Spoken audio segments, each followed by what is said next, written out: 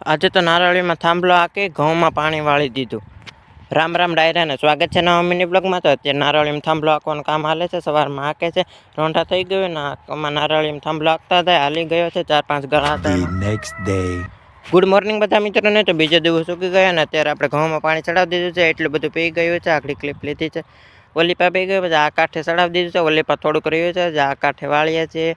આ સેટ પી જાય પછી ઓલીપા આ કાંઠે વાળતા હતા. આની પછી 2 ચારા રહી ગયા ને આજનો કાપ પૂરો થઈ ગયો છે લાઇટનો. હવે લાઇટ કાલે સવારે આવશે. કાલે